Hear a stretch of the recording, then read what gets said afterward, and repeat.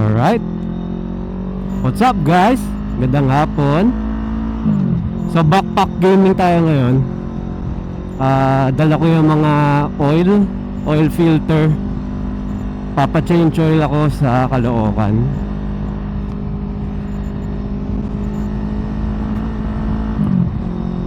So yung napili nating shop is DK Moto Shop.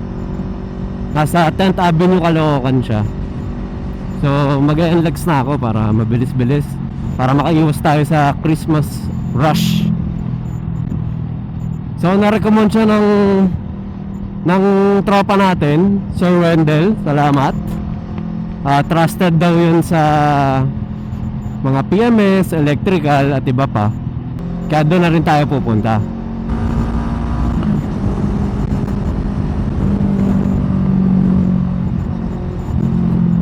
Yan, exit na tayo dito Caloocan. Para mabilis lang din. Katabi lang naman ng Valenzuela ang Caloocan eh. Kaso grabe traffic dito sa Valenzuela. Buong Metro Manila lang nga daw eh. Kaya para mabilis tayo, nag-NLEX na tayo. NLEX Connect. Suki tayo rito. Ba't kaya walang sponsor ng mga no? Pag ini-sponsoran ka ba ng San Miguel Beer, kasama na yung yung Skyway, ganyan, T-Plex. Basta lahat ng pagmamayari ng SMB. Kasama na kaya yun? Ba't nagre-route? Change oil na natin eh. So ako kasi, simula nung natapos na yung warranty na itong motor, ang change oil ko na is hindi na every 3 months. Sa warranty booklet kasi dapat every 3 months eh. Ako, every 6 months na lang. Kasi hindi ko rin naman madalas magamit to eh. More on weekend bike. Tapos, hindi pa ako nakakapag-ride dahil nga sobrang busy ko pa. Kaya ang ginawa ko na lang, every 6 months. Tapos, ginandahan ko na lang yung oil na ginagamit ko. So, ang oil na gamit ko is Motul 10W40 o 50 ba yun? Pero yung 7100 na oil. So yun na yung next for 300V sa mga motor. Kaya hindi ko na tinitipid yung oil kung twice a year ka na lang naman na magpapa-change oil. Okay na din. Ang bait ko, hindi ako sumisingit to. Nag-iisip kasi ko eh. May sumasagi sa ating isip. Saan ako pinapakanan? Dito? Dito nga. So nag-PM lang ako sa page ng DK Moto Shop kung available sila, magkano yung cost. Nakakatuwa kasi binibigay na nila yung cost kaagad, which is okay din. Kumbaga talagang honest sila sa pricing nila. Kahit pa paano, naka-less din ako kasi yung oil, ako na mismo bumili nung may sale sa Lazada. So yung Motul nag-discount. Pag bumili ka ng 6, may discount ka na. Parang nga madi-discount mo din mga 1 kalahating litro ng oil eh. Kaya ginrab ko na yun. Tapos bumili na rin akong oil filter. Kasi mas mura yung oil filter pag bumili ka in advance eh. O in advance, directly pala. Ang filter naman na ginagamit ko is yung Bosch oil filter. So ginagamit din siya sa Toyota. Kaya alam mo rin na subok na yung oil. So hindi na natin tinitipid pagdating sa oil at yung filter. Lalo na yung filter na to, alam ko around 160 to 180 lang. Nasa right side, DK Moto Shop. Ayun, DK Dragon King. Tabi ng Inco. May ginagawa sila. Best pa ba yun? Pag tayo sa tabi, baka naman lagay na lang ako ng space para sa Vespa makalabas. So pag gantong uphill yung park mo, iwan mo naka gear 1 para hindi umatras yung motor mo. Yan, so andito tayo sa DK Moto Shop King. Ayan, Dragon King. Ito bike natin sa gitna. Puro retro dito. Ito XSR 900. Tapos may Vespa. So ito yung atin nasa gitna. Next in line na tayo. Meron pa nga dito, Honda CB650. Ayan. So, puro retro bikes ang clients nila today. Pasok tayo sa loob. So, ito yung loob ng shop nila. Yan. Meron ginagawa dito na T-Max. Next na tayo rito. So, dito, sa loob na itong mga sliding door, aircon na. Ay, sir, excuse me. Thank you. Yan. Kaya okay lang. So, yan. Nandito na lahat ng mga binibenta nilang bags, helmet, accessories, pati pipe, tsaka canister. So sila ang talagang supplier ng Zeus. Zeus exhaust.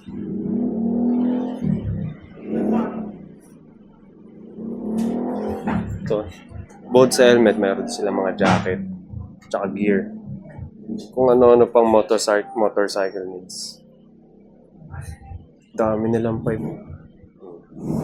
Puro pang big 3-cylinder, 2-cylinder. Is. Tapos meron daw sila dito, hangout place or lounge. Dito lang sa second floor. Ayan.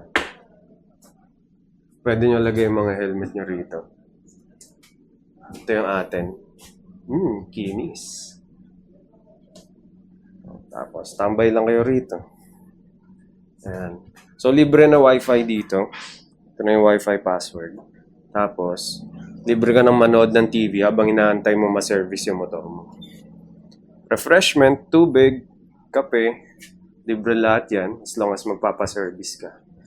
Ito ang pinakagusto ko rito. Habang nag-aantay ka, pwede mo panoorin yung motor mo. Ayan, no? Uupo ka lang rito. Tapos papanoorin mo na yung motor mo dyan. Though hindi ko motor yan, yung pa akin. So, di ba?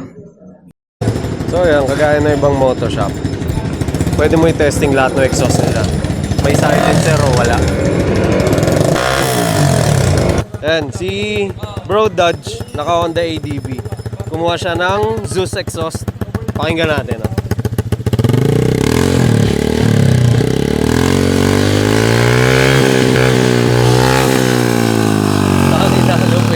Basic pa rin siya kahit nasa scooter, no? Sabi nga lang, malutong pangaraw po yun eh. Oh. Kailangan daw po ba natin muna Ganon? mas maging base? Para sasanayin mo pa. Opo. Sa inyo po, sa inyo po. Oh, bro, ingat ka. Salamat, ha. Start ko muna. Boss, paabati muna natin po. Sige. Okay na. Okay.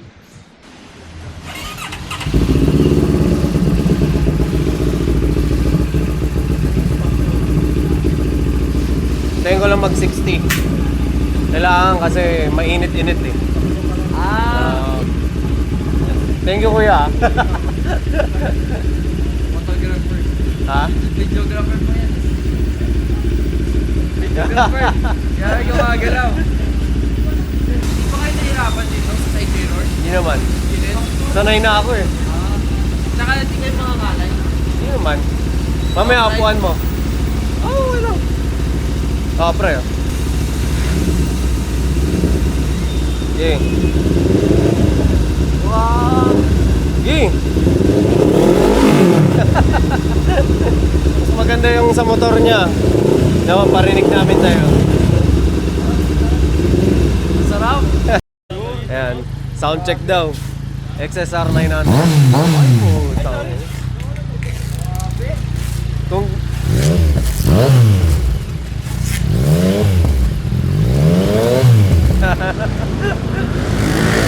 Ganda lang tunog. May sabas ah.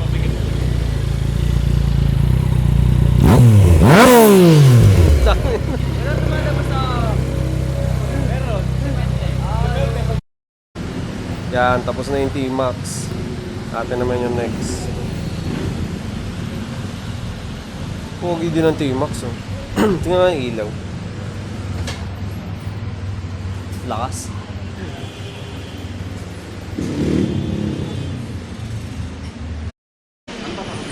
Yan. Umpisa na yung sa akin. Yan, binabaklas na. Tanggal na nag-uwi yung seat. So ngayon, kailangan niya i-access yung battery para makabit niya yung wiring ng ating signal light. Maganda daw yung signal light na kuha natin. May park light din. Biglang dumating si Boss Wentz. Yung sinasamahan tayo. Bagong kulay pa yung buhok niyan. So sabi ni Boss Wentz, gagaan daw lalo yung motor nung tinanggal yung mudguard. Asa na pala yung kuya? Ito. So nung tinanggal to, medyo ano rin eh, 2 pounds. 5 pounds. Oo. Makikita mo yung handling nito mamaya pagka Ayan. Tapos yung goal na popogi, ayun, popogi din daw talaga. pogi na yung rider. Pogi pa. Nako, naka-helmet eh. Pogi daw kasi naka-helmet.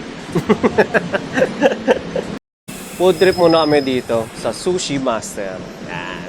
Sama ko yung tropa natin, si Boss Wentz. Order tayo sa loob, tara. Yung menu nila. Puro Japanese food. Wala mang Sushi Master eh. Yan yung lugar. Parang hidden spot talaga eh, no? Ang specialty daw nila is ramen, brother.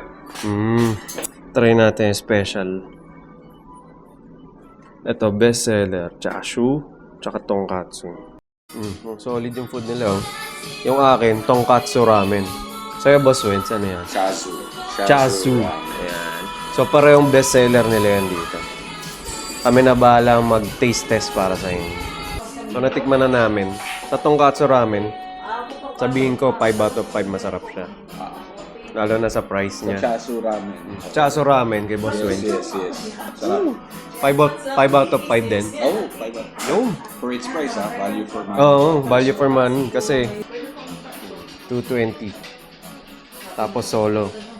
Pero yung solo, good for parang 1.5 serving na to eh. Kanina kami lang tao. Siguro maaga lang kami, pero ngayon nakakatao na. Ayan. Baka isipin nyo, mahina dito eh. Malabo, masarap yung food nila. Sashimi, teka.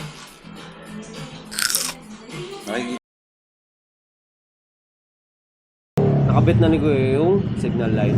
Ito yung left signal light natin. So ito, naka 3M yan dito. Titikit lang yan dito. Tapos dito naman yung kabila. Yan, gawa na yung right signal. So ina-wire pa ni Kuya. So yan, dahil two-way daw yung wiring, meron tayong park light na rin. Diba? So mas kita tayo sa daan. Tapos pag nag-signal ka, ilaw yan kaliwat kanan, pati hazard. Tingnan natin. So on. Woo! Ay puta, nagmumaganon pa siya. Tumataas baba pa.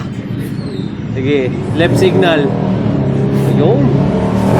Right signal. Ayun. Hazard. Kanan niya. Yun, puta. Angas oh, linis. Gulong lang tapos under seat. Yun. Alright. So tapos na tayo. Nagustuhan ko yun, binili ko. Sana lang hindi siya yung saglit lang. Kumbaga magtagal ba yung lights, hindi mapundi. Bali yung lumang mudguard natin, yung stock, tsaka yung signal light, niwan ko muna sa kanila. Alanganan ko sa backpack eh. Ayun, sana magtagal talaga yung yung nabili kong ilaw. So, dito kasi sa Pinas, wala akong mahanap na ganito. Ang nangyari, nagpa-order pa ako sa US, tapos nung umuwi yung brother-in-law ko, pinasabay ko na rin. Para makatipid na lang sa shipping. Pero mura lang siya. Tingin ko, pag kinonvert mo sa Philippine peso, nasa 500 to 800 pesos lang. Eh kung i-consider mo yung quality, maganda talaga siya. Kasi dual contact na daw, sabi nung mechanic na magaling din sa electrical. So kung dual contact siya, ayun, naging park light na rin. Kaya ang ginawa niya, naka-on na yung red light. Hindi lang siya basta signal light. Yung kinaganda nun, di ba? So ang change oil natin, inabot 2.6 liters. Hindi ko na video niya tayong oil. So kung twice a year, siguro isa-set ko na lang as January and July. magpalit ng oil. Pag bagong change oil ka talaga eh, yung takbo ng motor mo iba eh. Pati yung pag clutch smooth. Okay dun sa DK Moto Shop, Dragon King Moto Shop, ang bait na nung manager dun. Okay siya. Papansin nyo naman sa video, may mga scooter din. Pero ADB nga yung nag-i-inquire sa kanila eh.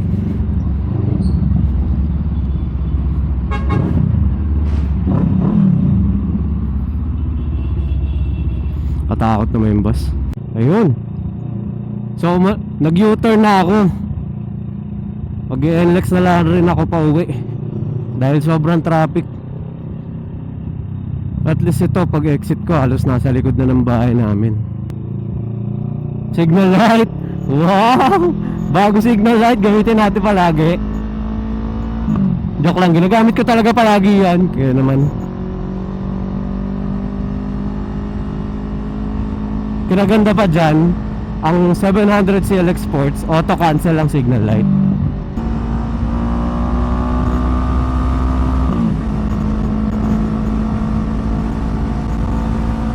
Sarap.